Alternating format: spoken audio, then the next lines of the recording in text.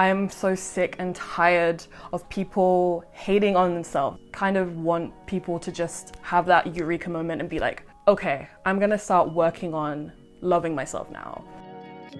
My name is Neergaard. I am 22 years old. I do plus size modeling, but I also love to share my journey with self-acceptance, like body acceptance and self-love as like a 20-something-year-old human person. Yeah.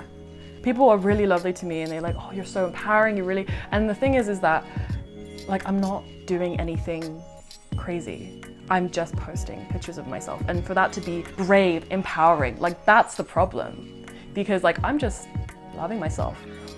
Society is the one that's like conditioning the people who are most close to us to tell us, you know, maybe you shouldn't wear that dress because it makes you look fat or whatever. But it really depends on like your influences growing up. For example, like my mother, I grew up with a single black mom. She was so proud of my body, and she always kind of like lifted me up and was like, you are beautiful, and she really like encouraged me. So that was a really good positive influence. But then I went to a really like white school where it wasn't really cool to be curvy, and when I was 14 I was like really growing into myself, right? So you know, it really depends on like the environment that you're in. Body confidence, self-love is just integral to our lives, and like I am so sick and tired of people hating on themselves. What I do and what I like to do, it started of me being like, I hate hating myself. I hate tearing myself to shit every morning because I don't look like the girls in my class. Like, I'm fed up. Why am I spending my life like this, you know? And I just kind of want people to just have that eureka moment and be like, okay, I'm gonna start working on loving myself now. And I think that's really important to kind of like, it needs to come from you.